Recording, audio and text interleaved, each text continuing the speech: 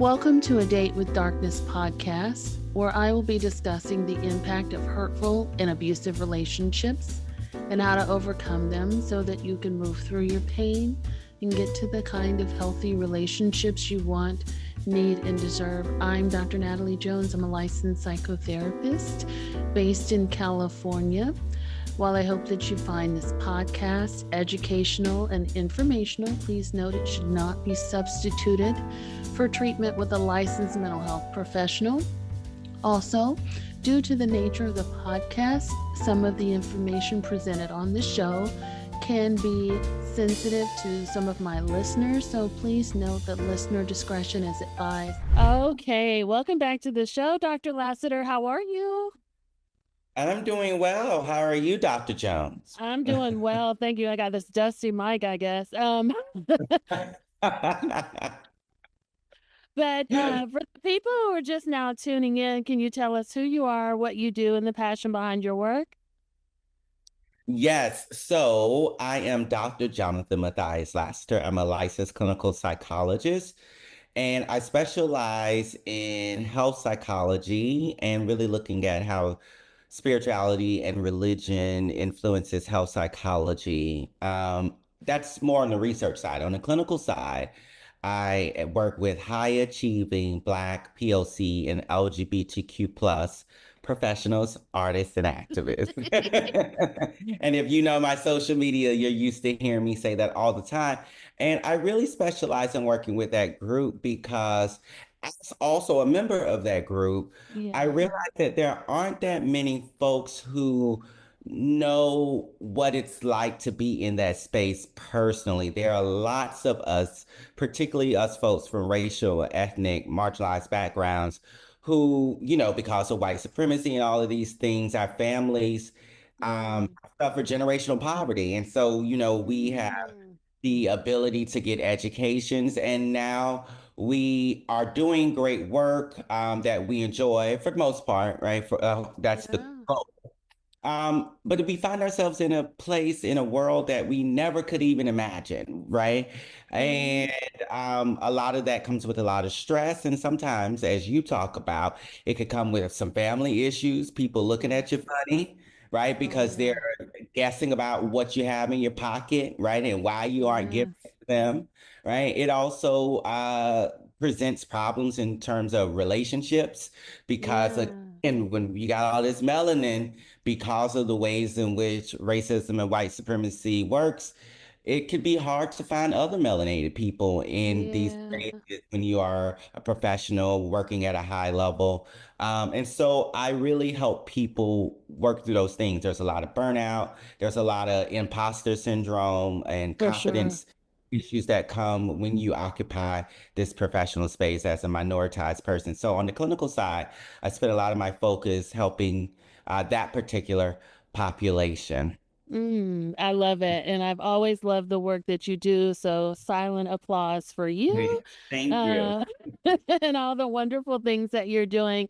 And I can't wait to see all of the upcoming projects that you're working on. Of course, I'm always one of your biggest cheerleaders, if not the biggest, because Oh, we went to grad school together. yes, Yes. we did. Where I first, and I just have to let your audience know this, I'm going to dote on you for a little bit.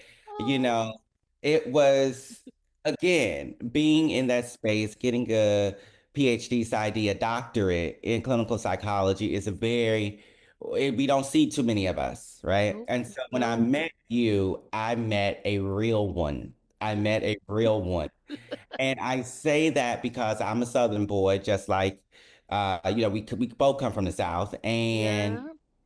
and sometimes there's some folks from marginalized backgrounds, Black folks, etc., who get into that space and they feel like they need to be something else. They feel like they need to Yes. basically put on the white mask, right? Yes. And I get it, right? I get that impulse. But it takes a special type of person to be themselves at all times. And you have always been yourself at all times. And you've given me the courage to be myself Oh, at all times. So so I'm sweet. so grateful for our long-lasting friendship. And I just Oh, you were too see you. sweet. I love to see you winning. And as I told you offline, I'll say it online too. I'm always here to support you. My Yeah. resources, if I can link you up with someone, I'm here to do it. I'm here to And do it. I vice versa. I love to see it. Thank you so much. You were too sweet, and you're a real one too. So I think that's why we try to gel. be. We gel. We can be real with each other, and like we can listen to each other, even if we have a difference of opinion. That's your experience and my experience. I'm going to respect it either way. You know what I'm saying? And Exactly. so, yeah, and it's hard to be in California, Northern California, Southern California, any part of California, maybe just even the world really, and be authentic. Yeah. Authenticity is hard to come by. Yeah. Yes. Yeah. That. Yeah. Yeah.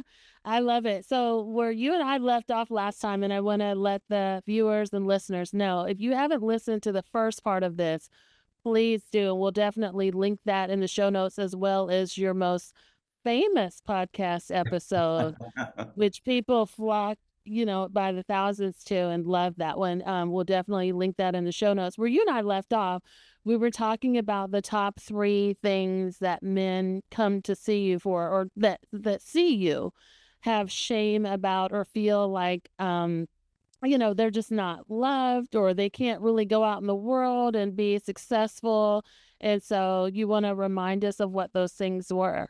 Yes, and while I'm reminding you all, I will be reminding myself because you know how we doing so many different things. But I believe we were talking about worth, if I'm remembering Yes. correct, Yes. and how a lot of men get the message that their worth is tied up in dominance, how strong they are. I've even Yeah. heard some of my women friends say, can a man protect me?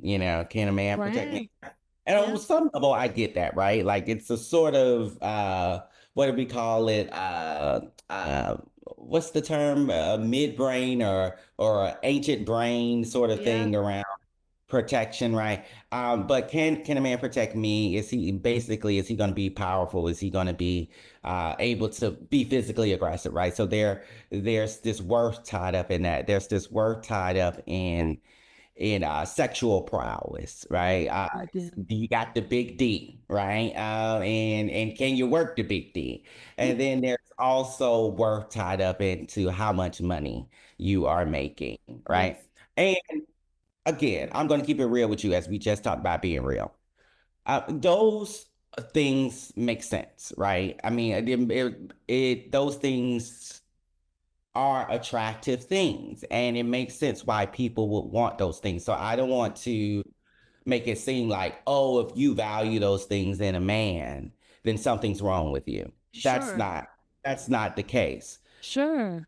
I think the issue is, and here's again, this is what my clients are telling me, is that it feels like too much emphasis is put on that into the sense that that these men, my clients are telling me that they feel like they can't be vulnerable. They can't have a bad day. They wonder, oh my gosh, what if I lose my job? Maybe I am making 6, 7 figures, but Yeah. what if I lose my job? Is this person still going to want me? Are they still going to value me for Mhm. me?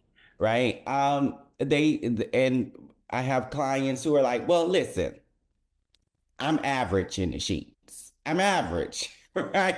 Like, does this mean that I don't deserve love? I mean, I'm getting the message implicitly, explicitly that then I'm not valuable to women if I'm average in the sheets. Or, in some cases, some women may think I'm below average, right? And so is that the priority over things like I'm honest, right? I'm vulnerable with my emotions. I know how to communicate. I'm good at understanding my partner's emotions, and I'm Yeah. good at my partner's space for their emotions, Yeah. right?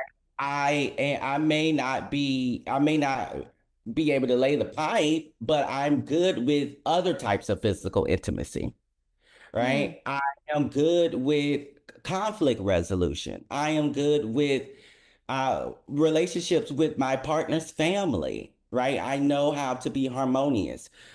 where do these things get the space to live and be valued just as much, and in some cases, maybe more than the job, the physical aggression, and the sex?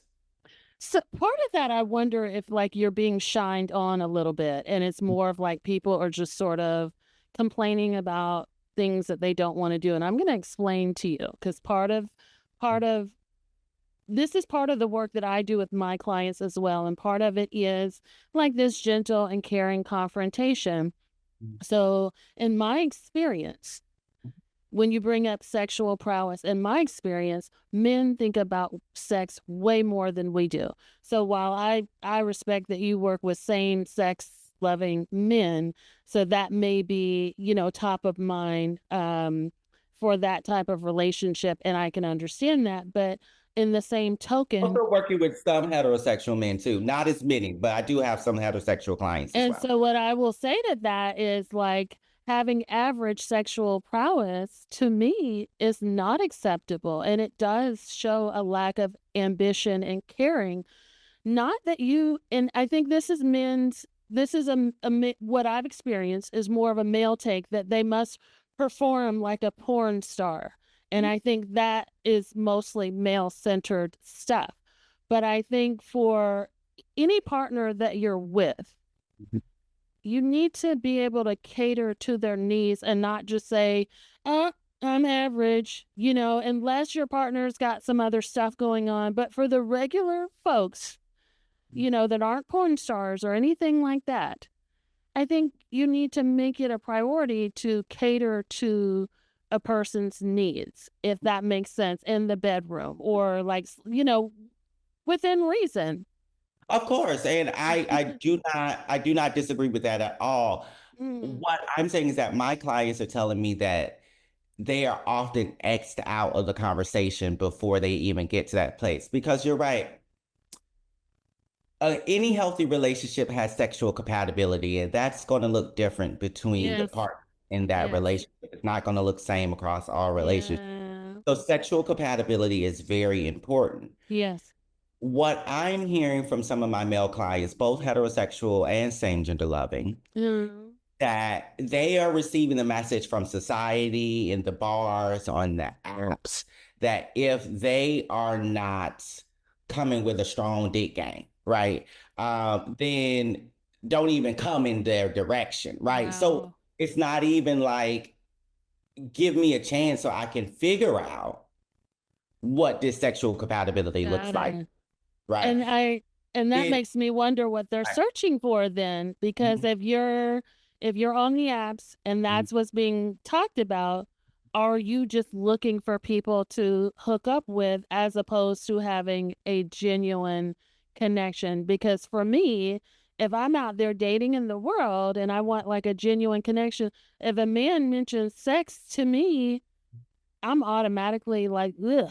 I get Mhm. the ick and I'm turned off from it right away. So, how serious of a connection are they looking for? Or are they sort of leading with that sexual energy and then they get, their ego is a bit bruised when they say, oh, you got to come with a strong game. And they already know that they don't have a strong game. Well, again, it's different for everyone, right? And so Sure. you are someone who's done the work for yourself, right? Right. You understand that there's more to life than sex, right? Not again, that is not important, but there's more to life than that. Yeah.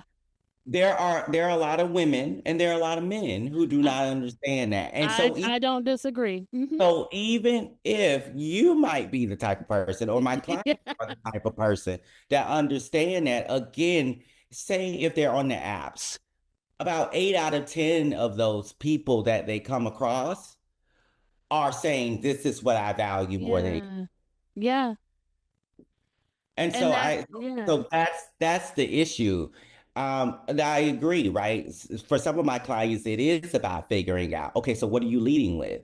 Are you Yes. leading are you leading with your job? And then Yeah. so where you see people who want Yeah. a sponsor, right? Or are you leading with your heart? So there definitely is that Yeah. conversation. Yeah. I'm talking about for the people who are leading with their heart. They still come across and more of they still come across people who are like aggression, sex, money. Right. Right. And if you don't have that, you're not valuable. It's Yeah. I think about that Cardi B line, right? And that's why everyone loved it because it was so popular. She says, "Broke boys don't deserve no pee," right? And Hmm. then there's the chorus. I know that's right. There's right. So there's belief among a swath of people. Is that Yeah. every person? No, but it is a loud enough thread that I do have clients who come to me concerned. Should I even get out there? Because this is the loud narrative that I'm hearing. Because I don't have finances or because I'm Because not good. because I am administrative assistant or I work as a janitor, so they can Yeah. meet their own needs, right? They work in air conditioning, refrigeration, things like that, right? They have uh you know sustainable jobs that sustain them, Yeah. but they're not on the yachts, they're They're not doing not. things. But but the thing that I also find is true a lot of times with men that, have, and it's, this is no judgment about people who have different financial backgrounds or anything like that. And I'm certainly not trying to come across, but what I have noticed with men like that in my line of work and the folks that I work with is they often shoot above that. So while they may have that, they are looking for the Cardi B types. They're looking for women who come with all of that, like that, want that. And so they're shooting beyond their league, or they're expecting to Mhm. get women that are out of their league when they don't come with that. And the problem becomes when they mess around and get one, they hate them for it. And again, we definitely Yeah. know that there are men like that. Yeah. Yeah. And again, Yeah. that comes with knowing your energy, right? Are you matching the vibe? Is it a complementary vibe, right? Because Right. here's we all it's about compliment, right? It may not always be about the sameness. People talk about water match or what seeks the same level. It may not always be about sameness. I often say that it sometimes we have people who may be different from us in a lot of ways, but together we're harmonious, I right? agree. So there's that piece. There's also the piece. What I'm trying to highlight, Dr. Jones, is that too often men are receiving a message that who they are without these three things is not enough. And yes, there are some men who don't have a good enough self-awareness, Yeah. who are seeking people that aren't going to value them. So some of it Right. is they're misaligned in their seeking. Absolutely. So that's definitely true. Then there are Hmm. men who have done the work. Yep. There are men who have um, done the work to get in touch with their own emotions, to recognize others' emotions, their partner's emotions, and then they are still receiving these messages. And these messages are coming up a lot of times even before they even get on the dating scene. Yeah. They're coming up in the ways in which they're reared, right? Their mothers are telling them that if you don't have this, then no woman's going to want you. Their fathers are telling them that you got to put a woman in her place and you got to make sure you do this, right? So there's messages we receive on a dating scene, and Yeah. and there's work to be done there. There's also messages men receive in their homes before they even get Mm. out, and these things all build up, Mm. lead to some men, not all, some men taking on some of these narcissistic qualities because this is what has been instilled in them from a Okay. very young age. And then because it's instilled in them, sometimes in the dating scene, it's reinforced. It's Mm. reinforced. And that's my point. Yeah, I'm listening to it and I'm digesting, and there's a part of me that wants to say that I agree that there are some values that are instilled in the home, but I also think not just the values portion, but what's modeled to them in their Yes. home of origin in terms of, and a lot of times men do get that from their fathers. Not all the time, but a lot of times in how they show up in the world and how they treat women and how they internalize or what their beliefs about women are just generally is what I think. I don't know I don't know if I feel like that's reinforced in the dating scene as much as I see men, for me, as I see men that bring it to the dating scene and then are pissed off when they don't get the results that they want. Like, so they bring those misogynistic, misogynoir beliefs to the dating scene, and then it's like when everything that maybe I've been taught or what my ego thinks to believe, when people don't cater to me despite what I bring, then I'm kind of hollering like a wounded puppy. And of course, it's a both and, right? It's both of these things are true. We're not disagreeing here. Both of these Yeah, things are true. yeah, We have men that are doing exactly what you're saying. We also have men who are trying to be better and feel like they are getting slapped down when they are not. but what I So will say too, I'm talking about both groups. And typically, yeah, men that I'm working with are in that latter group, yeah, okay, right? And because here's the thing, most men who are there with those narcissistic traits, most of them aren't going to show up to therapy anyway, right? And so the men that I'm seeing in my practice are the men that say, maybe they've even been that guy before, yeah, but they're tired and they're at this place it's like, you know what? I've done this, it's not working. yeah, I, I'm tired. I see that I'm still unfulfilled and I yeah, want to do better. How do I do better? And yeah, that's the work we do together.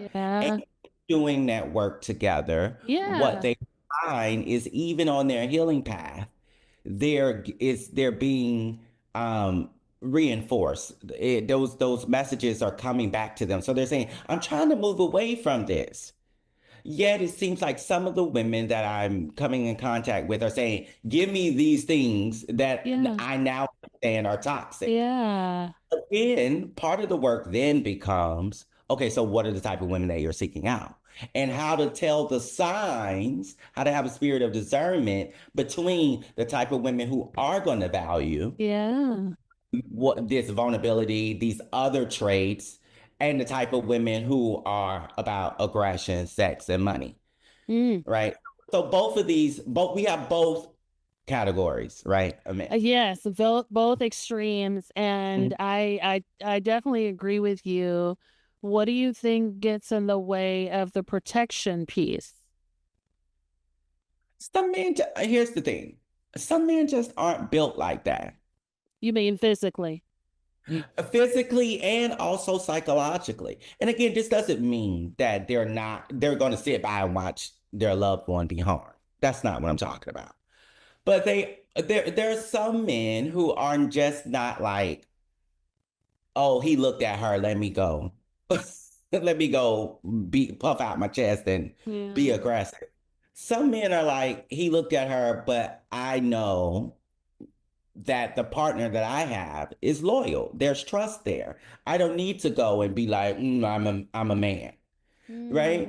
Mm. Some there you've heard. I'm thinking about this old Michael Jackson song called with Paul McCartney called "The Girl Is Mine." Yeah. I love that song. But in Michael, in one of the ad-libs, he says, "Paul, I already told you, I'm a lover, not a fighter." And so there's some people that are lovers, not fighters. Again, this doesn't mean that you aren't going to step in if there's real physical threat and harm. Oh However, no. the care and the protection may look different and does look different for some Mm-hmm. guys. It's Yeah. not as loud and Sure. roaring caveman for some people. Sure. Sure. Yeah. And I think, again, just speaking from a woman's perspective, and it may be different from men who love men and how they show up in their relationships, but I think women just want to feel protected, like you have our back. Like, for example, I don't see you as being a fighter. I don't, right? Like, physical fighter. But No, you let some stuff go down. I'm gonna run. You might run, but you let some stuff go down with me, and I feel like I know you have my back, and you've had my It's back true. over Yeah. the Yeah. years, right? Mhm. And so I Mhm. feel like in that sense, I could say that you are a protector. Like, oh, okay, you may not like. I wouldn't call you to, beat down some robbers, but I know that you have my back and you want the best for me. And I think there's levels to protection. And I think when women feel secure in relationships with people, then that's kind of how they show up in terms of in looking at it from a strength based approach. And especially from a black woman's approach. Um, and I've even messaged you about some things. There's been too many times when like things are going on or we're being harmed publicly, we're being harmed emotionally, physically, and men just sort of stand by or they're given a bigger platform. Like, I messaged you about the James Earl Jones thing, like, oh, that guy, he hates black women. He said it publicly over the years. But I feel like, that's part of where we're coming from is like when women, especially black women, and again, I can't speak for black men who are in same sex relationships, but I don't think black women can afford, we don't have that luxury or even that safety or just that affordability to be in a room where men don't make us feel safe. Like for me personally, I'm not going to be in a room with a man that doesn't make me feel safe. I won't do it because of some of the stuff that I've went over, through the years. I just wouldn't want to do it. And this is coming from, me. I've worked in a prison setting and things like that. But now that I'm older, like I can't really afford to be in a room with men that don't make me feel safe and protected uh, in those ways. So it's a, for women, it's a safety thing. Like it's a livelihood thing. It's a, we see this sort of play out and on national news now. Yeah, I want to be clear because I think Yeah. we're talking about the Yeah. same thing, Yeah. right? Because I don't disagree with you. I Yeah. don't think anyone should be around people that don't make them feel safe. Yeah. So safety is a priority pretty much in every relationship. Or Whether protection. I think protection should be a priority in any relationship. Emotional. and pro- Yeah. Mm-hmm. and protection is too. And again, this is I see this in heterosexual relationships and same-sex relationships Yeah. as well. So it's protection is there. Yeah. When the type of protection that you're talking about, or at least that I perceive you're talking about, right? Is there's a physical aspect to it, or it can be a physical aspect to it. There's Yeah. also this psychological, emotional protection as well. Like I'm not about to let someone come and um steal the peace of someone I love, right? I'm not Mm-hmm. gonna let someone come and tear down the person I love. Right. Um that's the sort of protection I hear you talk about. And that is very much I think should be a priority, should be a value in healthy relationships. And again, it's Yeah. part of that safety security.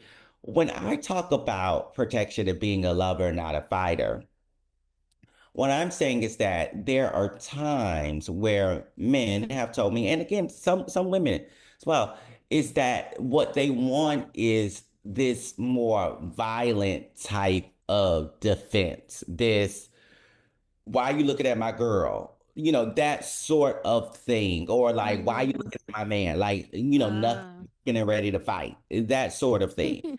That that it can be very toxic and can get not only the man harmed, but also the partner harmed. Right. When you are approaching environments like that. Yeah. Yeah. That's what I'm saying is Absolutely. the sort of protection that you're talking about, making sure that, because I think about it even in my own relationship, which is, I'm married to a man. There are times where my husband comes home and he tells me things and he's like, um, this person um tried to throw me under the bus at work, right? Uh-oh. And my protection side comes out. We're like, oh no, that person doesn't know you. They don't know what they're talking about. They don't know Yeah. who you are. They don't know how brilliant you are, right? You are Yeah. that person. They need to respect your authority. Yep. And here's how we can, here's how this is what you say the next time, right? So there's this way that I do show up, and Right. in moments I'm like, one, your emotions are valid. Two, F that person. Three, here's how we're going to protect you in the future if someone tries you again. I So love it. that's a particular type of protection, but I'm also not going down to the job saying, where they at? I'm about to bust them. That's something else. Does that Right. make It Yeah, does make perfect yeah. sense. And again, I go back to, are those are the type of people that they're women or hmm partners that they're seeking out, people that hmm want aggression. And I don't think, and again, I could be wrong because I'm not in the mix like that with the young folks like I used to be. hmm Um, but, are they seeking out aggressive or people who want that aggression? What type of person are they seeking out? So while they're sort of saying to you, this is a problem, the question always goes back to what are you seeking out? Because it almost sounds like in some of the men that you're referring to, this is like a projection. Like, I will seek out what I feel like I am lacking, In or I some will seek out people that will complain about what I feel like I'm lacking also. Mhm. And in some cases, that's true, right? Again, this is why I'm saying it's both and. We have people Yeah. along the spectrum. Yeah. So in some cases, that's true. And then that goes back to, okay, let's help fine tune your discernment Yeah. so No. that you really can find the type of partner that's aligned with what you say you want. Or Right. do we need to help you understand that what you say you want is not actually what you believe, right? Bingo. So sometimes we're doing that work in the sessions, right? In our therapeutic space together. So that's sometimes the work. There are people though who are like, a man ain't a man if he ain't upset, right? A man ain't a man if he's not ready to fight for me. So there are people that will put their partners in situations just to see, Mm. are you gonna fight for me? Are you gonna throw blows, et cetera, et cetera? Are you gonna defend my honor? These things like that. Mm. And again, I know some women like that in my own personal life Really? that will, I have heard women dog men out. Wow. Women, again, this is not all women. Yeah. Not painting broad strokes or for anyone, right? Sure. So I definitely don't want this to be taken as black women are like this Absolutely. or And women are like thank you. right. And I We're don't not take doing it that that. way. Right. Absolutely. We're Yeah. not doing that. Yeah. What I do know even in my own personal life, there have been women that says, "Oh, if a man can't do this, he's not a real man." Right? If a man is not going to stand up and be ready to fight for me, he's not a real man. Physically fight. Again, there are different types of showing up for a partner. Yeah. Yeah.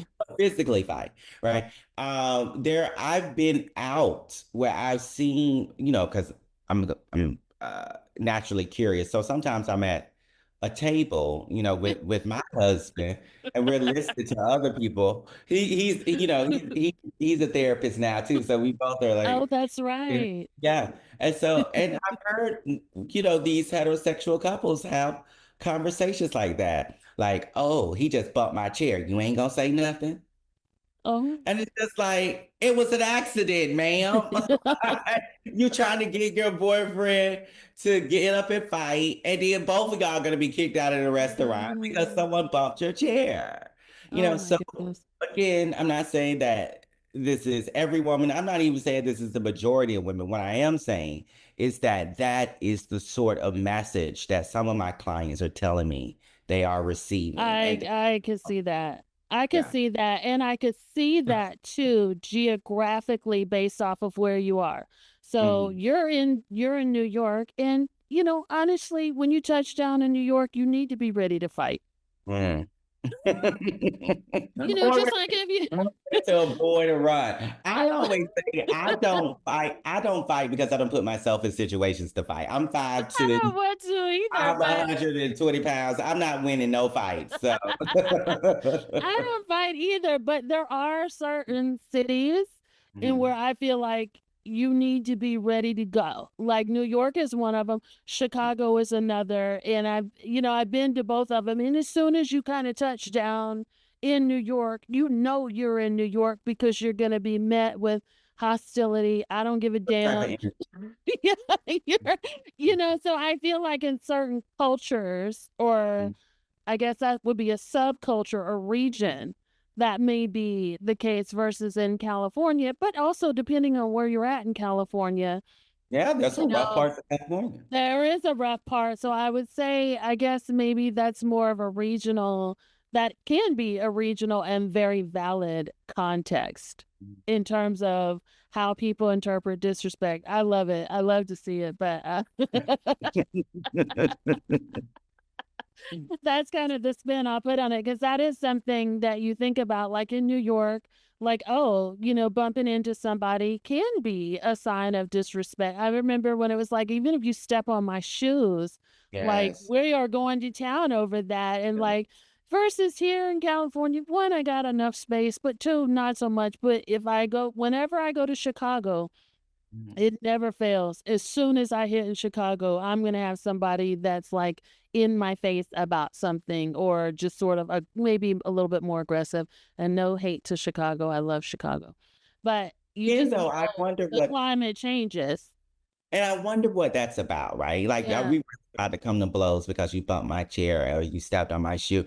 It's really not worth all of that, right? But again, sometimes men feel like, in general, and also in relationships, that again, it's about protecting their woman's honor. It's about being this, they have these heroic fantasies, right? And I wonder about that. Hmm. some women and some men, particularly speaking in same-sex relationships, buy into that. Yeah. They want to see their partner in that heroic light, Absolutely. right? And so then they are encouraging these sorts of things.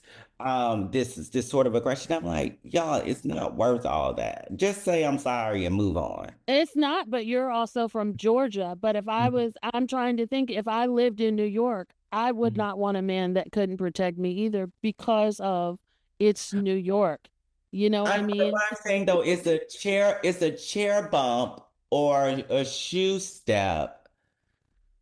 Is that, oh, I need to be protected, or is that's an accident? And let's just move on. Maybe it could be, but again, and I'm saying this because I've been to those cities, so I know how things can just just even an encounter on the subway where a strange man bumps into you. That it can be very intentional, right? You're talking about a city that's overcrowded, but you're also talking to a city that has a culture of aggression sometimes. And again, this isn't all of New York, and I don't want to make blanket statements, but I can see based off of regionally where you're at why people need to say, like, you need to be ready to go. Because there's lots of women I know there and in other cities that don't go anywhere without being strapped up. It's true. It's true. And again, there's no, what you're saying is 100% true. And I will speak to my own experience now as Yeah. someone who has been in and out of New York since 2007. Because that's when I first moved to New York. And then, of course, I went to school in California, but Yeah. in a relationship with my now husband that entire time. So I was always going back and forth to New York. I've never got into a scuffle in New York. And I don't know, maybe it's just the energy I'm giving off, so on and so forth. Have people bumped into me? Yes, but I don't care enough, right? Yeah. Like, Yeah. I'm not interpreting that. I'm not coming through to that bump with a lens of this person's trying me or now they're going to punch Yeah. or things like that. Um, maybe I'm naive. I don't know, right? So I also say I could be Not naive, necessarily. It could but also I be don't. toxic masculinity too. And that's what I'm saying. I think a lot of this is toxic masculinity and the messages that men receive Hmm. around how they need to show up to any perceived slight, right? And again, men are receiving these messages from male relatives, as well as female relatives. So mothers, fathers, aunts, uncles, they're receiving Yeah. messages from peers, they're receiving these messages from media, and they're receiving these messages from partners, whether that be heterosexual partners or same-sex partners. Um, I just, I just don't care that much. I just don't. If the Mm. person steps on my shoe, I'm just gonna clean off my shoe. I don't care that much. Um, now if See, they, I do care. yeah, but now if they push me, right, and I know it's intentional, yeah, that's something different. But a yeah, shoe smudge, I yeah, don't. yeah, yeah. Fair enough. Fair enough. Yeah. I love it. And then, I wonder, these things, do you feel like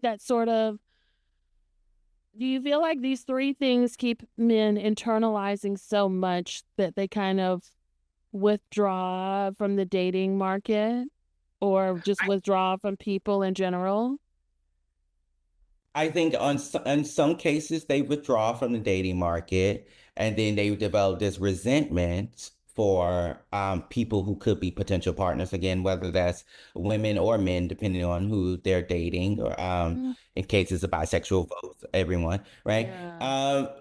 They're also so in some cases they withdraw. In some Mm, cases it contributes to them showing up in their relationships in ways that on one hand meet the sort of heroic dominant expression that partners and societies may be communicating to them mm, that they should show. However, on mm, the other hand, those same partners can turn around and be like, "Oh, why are you like this? I feel like I can't say anything to you, et cetera, et cetera." So on one hand, so there's these mixed messages. On one hand, they're like, mm, show up in this heroic knight in shining armor, protector role, but turn it off when it comes to me or this or that. Right? And so it's not that easy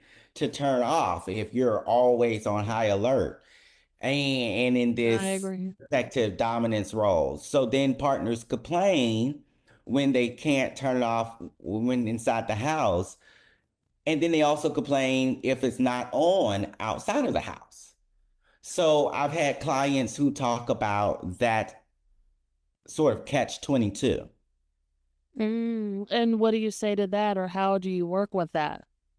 So when we work with that, what I help my clients with again is what is it that you value? Mm-hmm. What is it that you value? And it's this relationship that's requiring these things or that you perceive as requiring these things from you, Mm-hmm. align with that value. Mm. And if it's not? And if it's not, then choose something different. So it's more or less like this is not the relationship for you, so you It may want doesn't to think of, exactly. It doesn't yeah. sound like this is the relationship for you. If you truly are a lover, not a fighter, but you feel like you got to put on fighter because you're getting these messages in both inside the relationship and outside of the relationship, then guess what? You can always choose something differently, something that allows you to be more authentic to who you truly are. Okay. And do you feel like partners are open to hearing their partner tell them ways in where I can protect you or how I can show up for you? Or do you feel like those partners are open to hearing that? Because I think you work with couples too, right? Oh, yeah, I do. I do. Yeah. And again, I'm working with both heterosexual and same-sex couples. Right. And again, it's a both and. Some partners are, and some partners don't even realize that they're reinforcing these Got messages. it. There are some partners who are not. They're like, well, this is what I need. And then there are partners who want to be open to having their partner show up for them in a different way. However, due to their own stuff, which some of it could be trauma, some of it could just be that's what Yeah. they're used to, that they I find it difficult to accept a more authentic version of their partner. Mm, mm, mm. And when that happens, do you feel like these men internalize that more and just sort of, is there like a regression or is there an acceptance of that? Again, we see across the spectrum. Yeah. For some of these men, they shut down. Their partner seems like they can't accept it, they shut down. And then they Mm, either retreat emotionally all the way. They're not showing aggression, they're not showing vulnerability, they're not showing anything. mm. Then there are folks who are like, okay, that's what you want, then fine, I'm going to be aggressive. And Okay. again, it has the toll that it has on the relationship and on the person. Sure. And then there are people who are able to choose themselves and say, okay, this isn't the relationship for me then. What do you think are the factors that's going to determine how a person responds? Like, would you That's say, oh, if they have like a mother that's very similar or something, like, what do you feel like are the factors that really determine how these men are responding? that's a hard question to answer, right? Yeah. One, because everyone is different. Two, Right. usually if showing up as your authentic self has been modeled by a primary caregiver, usually they're not going to end up in these situations in the first place. Okay. They have much more better attunement in the first place. Right. So what I will say though is that like most anything that people are working to change, the pain has to outweigh the familiarity and or comfort of the situation. And Mm. that's what I see for the people that do say, you know, maybe this isn't the right relationship for me because you can't hear me and accept me when I say that I want to be a more authentic version of me. And the version that I've been presenting is not as authentic as it. And again, doesn't mean they're completely lying and made up Yeah. whole personalities. However, it's maybe they've been showing up in a way because they felt like that's what their partner really wanted, and they genuinely do care about their partner. And they say, "Listen, though, I need to be more of me, more of my authentic self." And again, I think part of this is normative. Most relationships that I see, people it's hard for people to show up 100% themselves in most relationships. Usually it's doled out little by little as Yeah. time goes on, right? So the the deciding factor or say what the determining factor is how does the partner respond as we dole out more and more of our authentic self as time goes on? Mm-hmm. Do you see any differences between heterosexual and same-sex relationships in terms of that responsiveness or turning things around? Again, everyone's different. And Yeah. I would say that in general, no. And the answer is no, because whether you are heterosexual, same-sex loving, pansexual, queer, whatever term is you want to use, uh, we all receive the same gender socialization messages. Mm-hmm. So even as the same gender loving man myself, you've heard me tell this story before a lot. My father was socializing me to be this tough, aggressive, toxic masculine man. It Mm-hmm. don't matter about who I love or who I'm attracted to. That's the message I received. A man looks like this. So whether a person is heterosexual or same gender loving, etc., they're receiving these messages. It So may be, but I also wonder about the degree to which those messages are receiving based on heterosexual and homosexual relationships. So that's the piece that I guess that I Mhm. wonder about in terms of the aggressiveness or the degree into which those messages are received. So again, as children, because gender and sexual socialization starts young, Yes, it does. sometimes, particularly in terms of gender, sometimes before the child is even born, right? So that socialization starts young. So this starts before a person starts to understand Yes. sexual identity and sexual orientation. So again, the degree may not be that different. What we do see though is that as the child grows older and the more they transgress those expectations from their parents, the parents may then pivot and be like, oh, well, this is just my child and give up this Yeah. image that they have. Or some parents may double down. Correct. And so Correct. again, it's just going to be different depending on the parents. What I will say though is that for sexual and gender expansive people,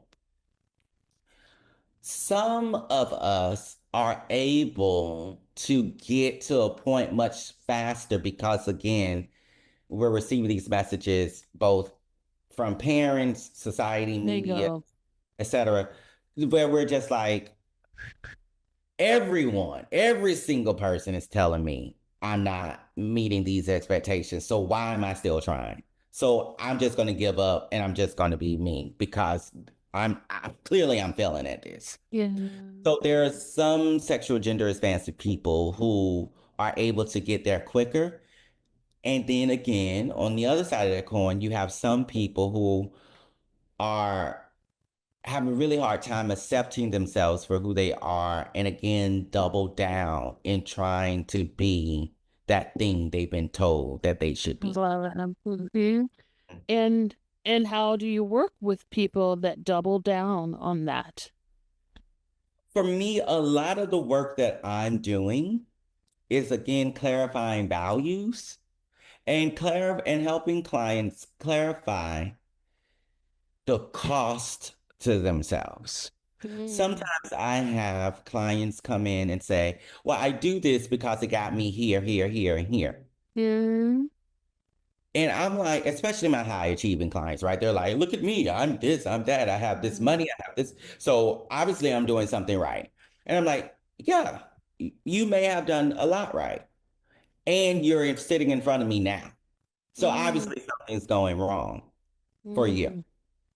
Oh, So how much is this hurting you?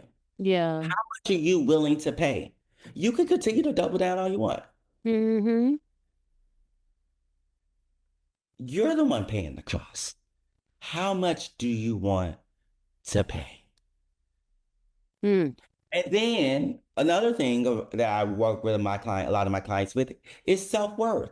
Because maybe they're like, yeah, I'm paying it, but, and I'm like, so is there a part of you that believes you don't deserve to be your authentic self? Is a part of you that believes you don't deserve to let go of this cost? Maybe you've been told that you're defective. You just like your daddy, you just like your mama, you ain't Mm. shit, you ain't never gonna be shit, etc. So Mm. you believe that at some level, and so you're paying the cost, but you believe, well, maybe I deserve to pay this cost. Or what does it mean for me? I mean, because Mhm. as you gracefully mentioned at the beginning of the show, we were authentic in grad school, Mhm. and authenticity is typically not received well in Mhm. institutions Mhm. by friends and family, or people that we know and that we've grown up with. Mhm. That's There's not a whole lot of, and while you talked about your dad and very open were with sharing that, you and Mhm. him were able to circle back. But there's Mhm. a lot of people that once Right. they become, yeah, they can't circle back, Mhm. So I Mhm. wonder about that piece too. It's not just a simple, can I make this choice and, do that for me? It's like, if I make this choice, I lose everything and everybody. again, it Yeah. comes back to that what's are you willing to lose yourself for others? Yeah. Yeah. Or So it's find not, yourself. I think being lost is something we're already at. I think finding themselves thank you for is the that. one, yeah, is the thing that they haven't been able to do because, I'm part of a community. My community makes up who I am, and I can't be an individual within my own community. I love that you said, "Am I willing to find myself?" Yeah. Because again, we are often taught from very early ages, typically starting our own families, to not be our full selves.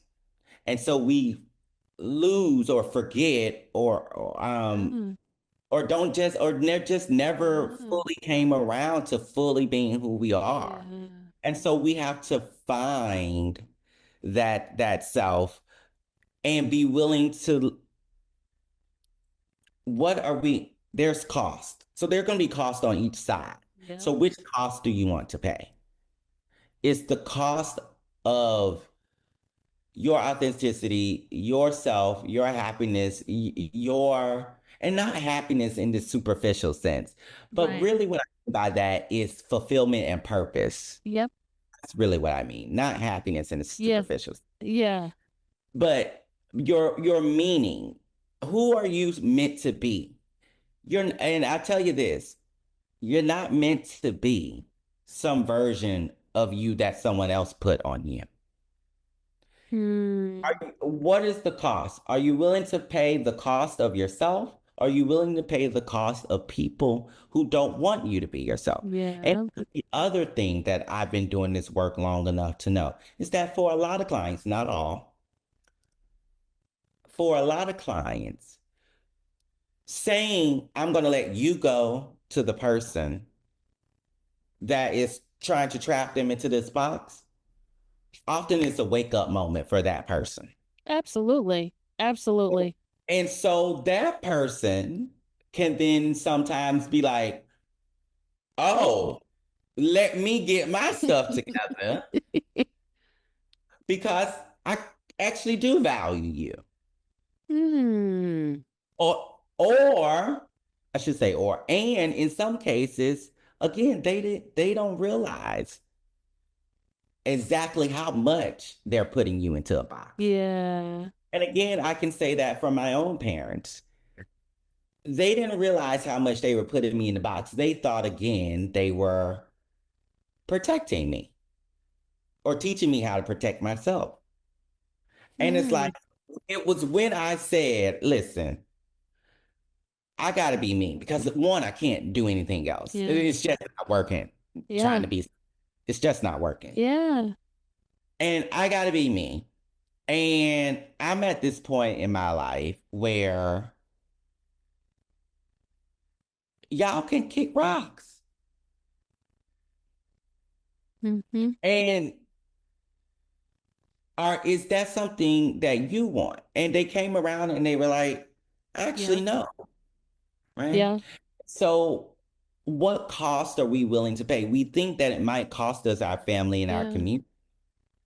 And what I would say is that if you are inside a box because you believe that's what your family and community wants, you don't have family and community in the first place. You do not. And I 1,000% agree with you. And again, I feel like it's good that you had good results, but I'm wondering, just from a realistic perspective, how many people actually get the results where your parents were like, you know what?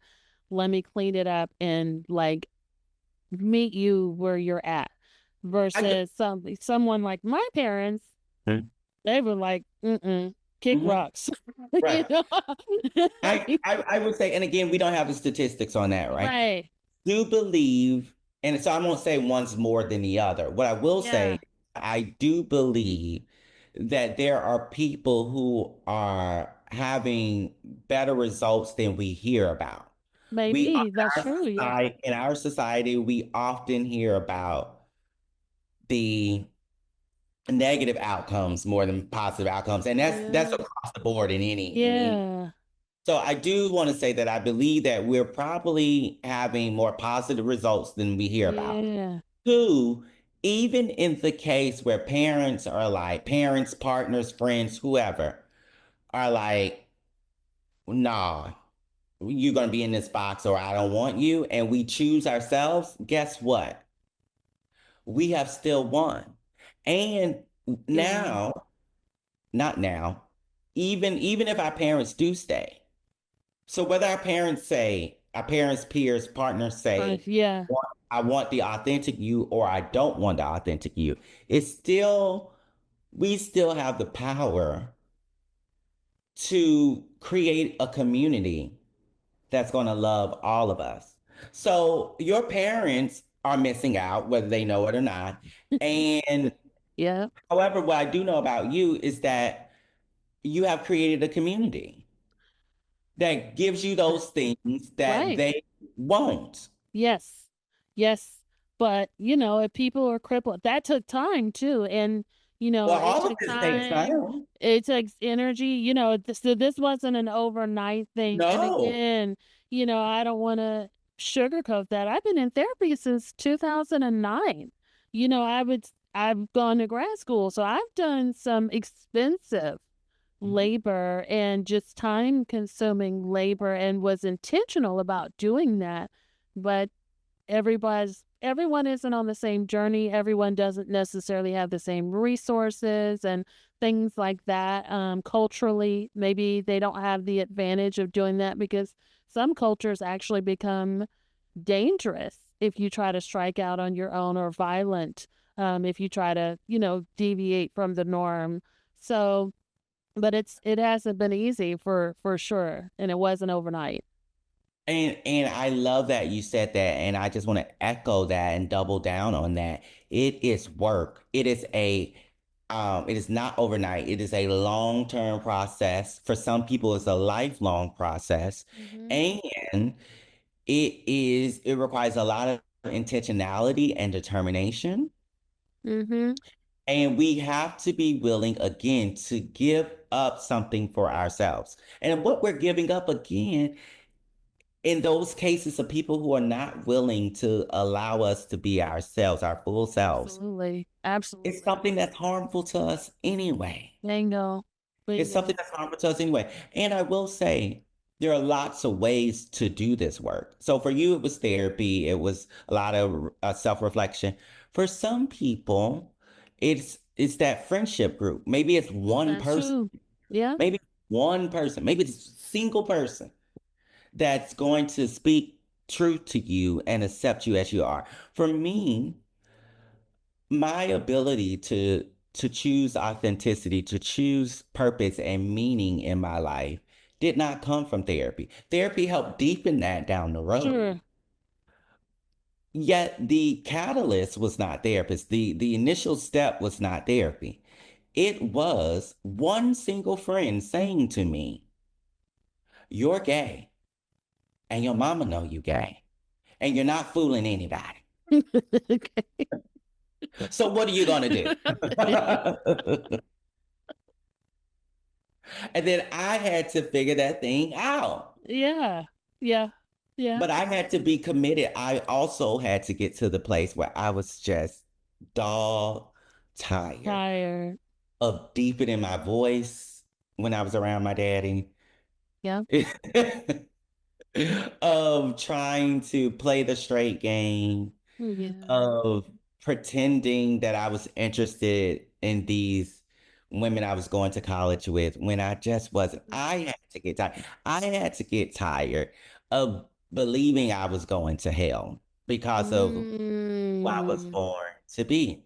So people have to get tired of that thing and they have to be intentional and they have to be determined to do the long term painful, heavy work that it takes to heal. And I so agree. for men and women, and but we talk about men in particular for this particular conversation, in these relationships where they are in relationships with people who are putting them in boxes, whether that's partners or somewhere else, Mm. they have to get tired enough of paying that cost of themselves. And what does that look like when you say getting tired? So if someone's listening to you now, how do they know that they are tired enough, if that makes sense? And again, this looks different for everyone. Sure, sure. And so for some people, it looks like having a mental health crisis.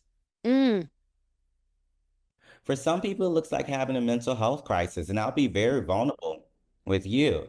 mm-hmm, Mine looked like the verge of a crisis. I don't think I was necessarily in a mental health crisis in the sense that I didn't try to take my life or anything like that. But I always say that what really sent me over to I got to get serious about my healing was my friends had said something to me. I took it a particular way, and I basically divorced all of my friends.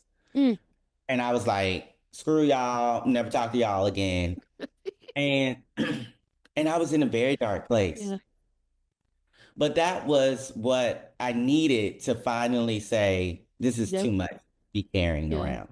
So for Mm-hmm, some people, it looks like a mental health crisis. It looks like the verge of a mental health crisis. And in mental health, I put substance use or substance abuse in there as well, right? Um, for some people, it looks like maybe it's not a mental health crisis, but everything in your world is falling apart. mm, mm, Your job is not working out. Your relationships aren't working out. And you just get to that point. You're like, okay, yep, I'm tired of trying to make things work out. yeah, yeah, I'm yeah. tired of trying to hold on to these things. So I think for a lot of people, it comes down to something very drastic. Ugh, an emotional clearing of sorts, or things just sort of crumbling, the wall sort of crumbling, and you really have no choice. And it's Hmm. a shame that it has to get there, but I think you're right. And I do think, I think you're right too in therapy not being the catalyst, but the deepen. Because even as I think back to my situation, I was in therapy for years before things just sort of crumbled.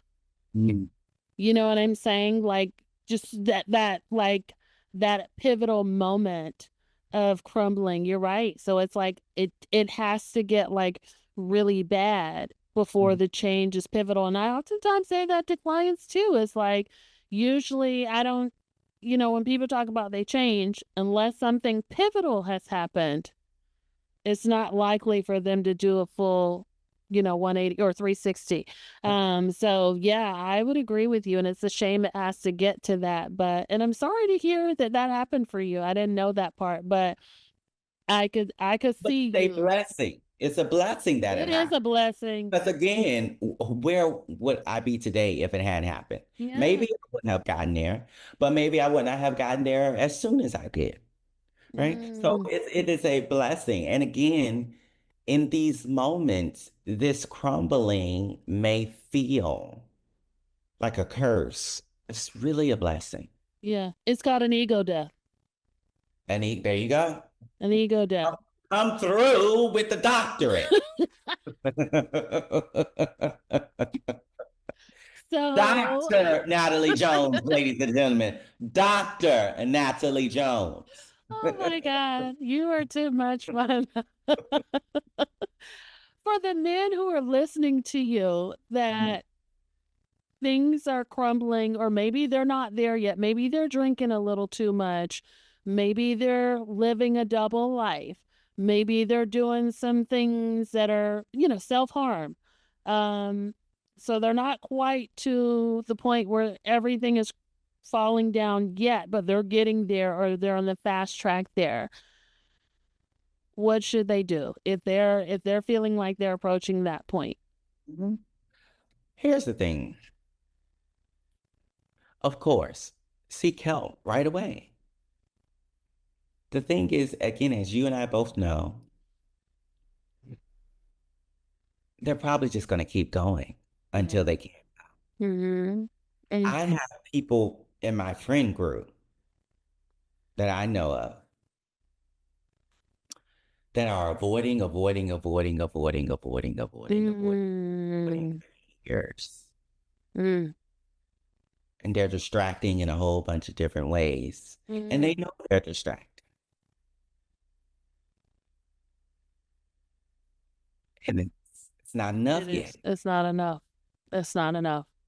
They're Mm. not there yet. Okay. How do you show up for people like that are avoiding as a friend? Yeah. As a friend, what I say, because, right, because a lot of us probably have people in our life like this. Yes, we do. One, we have to protect our peace. Because it can be really, and I don't say that in like a jokey way. I say it even though I laugh to keep from crying.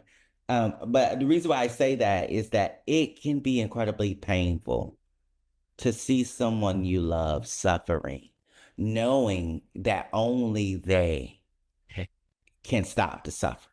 We can't stop it for them. It's true. It's true. And as a friend, that's, as a person that's experienced this with friends, I also put a cap on it. So That's part for of protecting me, ourselves. That's part of protecting. I can't be around people that are perpetually in fact, I won't do it anymore. And so like, because it becomes like what is that? A telemundo, and not to make light of it, but seriously, Yeah, because no. there's no Yeah. friendship anymore. It's just more or less their center stage, and it becomes an energy vampire to be around someone that is, constantly spiraling or constantly going through crazy stuff. Yep. Yeah. That's part of the protection. We have to protect ourselves first. So if it is a value of ours to be there for a person that we love, we first have to make sure that we protect ourselves by setting a good boundary around ourselves so that we don't walk away from our interactions with them feeling drained. So that's number one. We have to protect ourselves. Two, we have to let go of the outcome I for that agree person. with that. I agree with that. If we want to continue a relationship with this person, we have to let go of the outcome. Because if we are in the relationship with the person because we're going to get them to change, Mhm. or we're sitting around tapping our foot waiting for them to change, it's going to be bad on both sides. No one's going to Absolutely. win. You're just going to end up more frustrated. I would agree with that.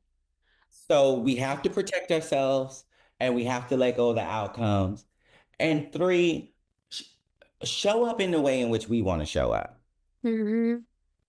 Sometimes they may ask things of us that could be detrimental to us or that we're not willing to do. And that's okay. That doesn't make you a bad Mhm. friend. Show up in the way in which you want to show up for them. Mhm. Mhm.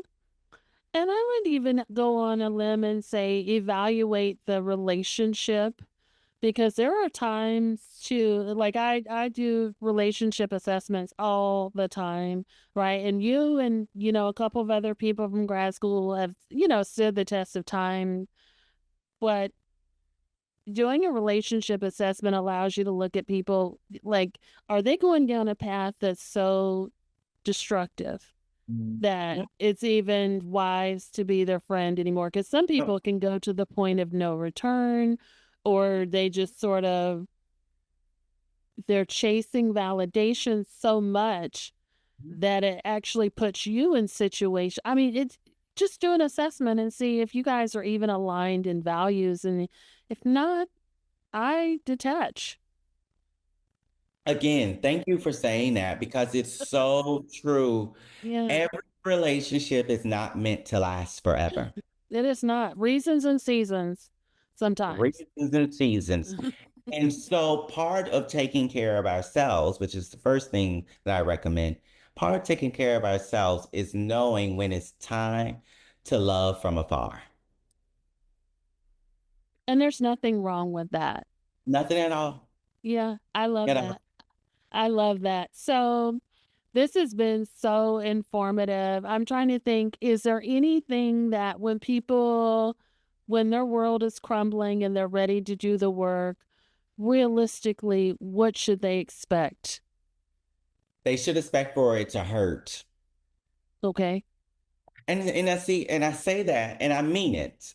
Yeah. It's going to hurt before it feels better. You know that, I know that because we're Yeah. professionals and we've done our own and we've done Yeah. our own Yeah. work. It's Absolutely. going to hurt before it feels better. And why does it hurt? Because doing the work requires you to get to the root. It requires you to look at those things that you have spent years avoiding, years lying to yourself about. Mm-hmm. And so it's going to hurt before it feels better. Better.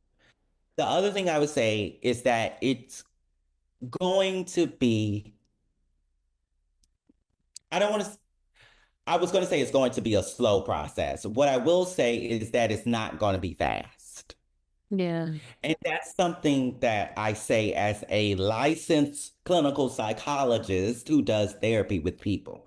Because you and I were both in the social media space, and one of the things that I see a lot of people in the social media space, and even in this, with the boom of the tech mental health now, is promising quick results. It does not work like It's, that. And I it hate does that not work that is such a disservice like to such people. nerves.